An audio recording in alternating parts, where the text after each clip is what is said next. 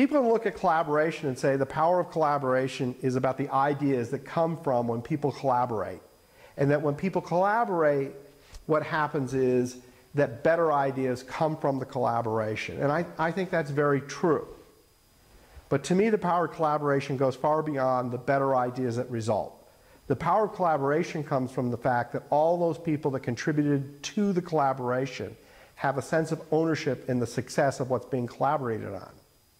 So if you were a very bright person and an extremely astute business person, and you had the answer, and then you went to a team of colleagues, and you went to the team of colleagues and said, okay guys, here's the answer, this is what we're doing.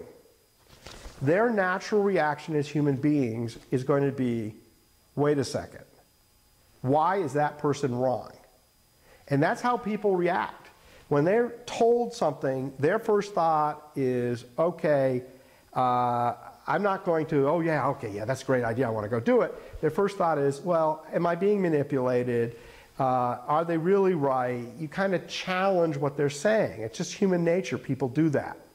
So you're brilliant, you got the brilliant idea here, you go to everyone and say, okay guys, I've thought about it, this is what we're going to do, it's absolutely brilliant, and their first thought is going to go, yeah, let's go do it. Their first thought's going to be, well, what is that idea, and do I really like it? And they're going to be evaluating it.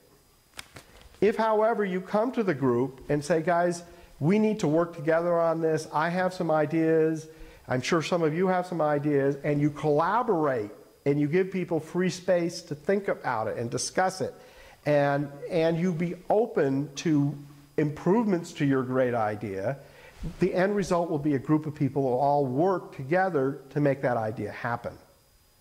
So collaboration isn't just about making better ideas. Collaboration is about engagement, and it's about effectiveness and making things happen. A lot of times in business, people just sit back and say to themselves, well, people should just know that when I ask someone to do something, they should go do it. A classic example for me is back in my family business, we had a salesperson who was phenomenal. This guy literally sold 10 times more than any other salesperson in the company.